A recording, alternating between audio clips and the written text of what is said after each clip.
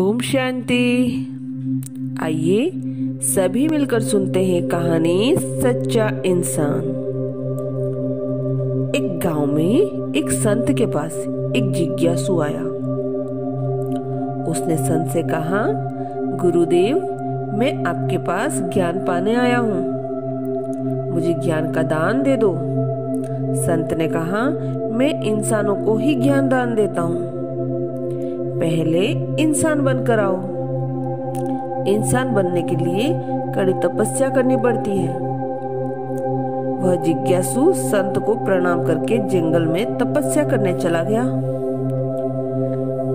6 महीने तपस्या के बाद वह संत के पास लौटा। संत ने अपनी कुटिया के बाहर एक महिला को खड़ा कर दिया और कहा, जैसे ही वह आदमी आए उस समय झाड़ू लगाते हुए आसपास की धूल उड़ा देना। महिला ने वैसा ही किया। अपने साफ सुथरे कपड़ों पर धूल गिरने से उसे बहुत गुस्सा आया और महिला के साथ गाली गलौज करने लगा। संत यह सब नजारा देख रहे थे।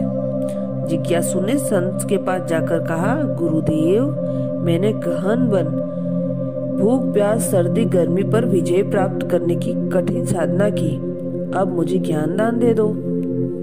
संत ने फिर कहा, नहीं, अभी तुम पात्र बनकर आओ। संत की बात सुनकर जिज्ञासु दोबारा साधना करने जंगल में चला गया। 6 महीने बाद जब वह संत के पास वापस आ रहा था तो महिला ने उसे साफ वस्त्रों से झाड़ू छुआ दिया।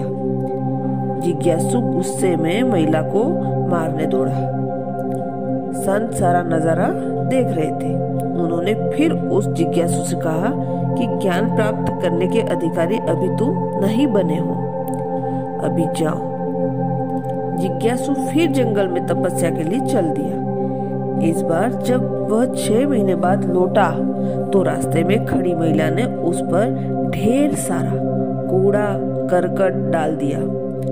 इस बार उस जिज्ञासु को बिल्कुल गुस्सा नहीं आया।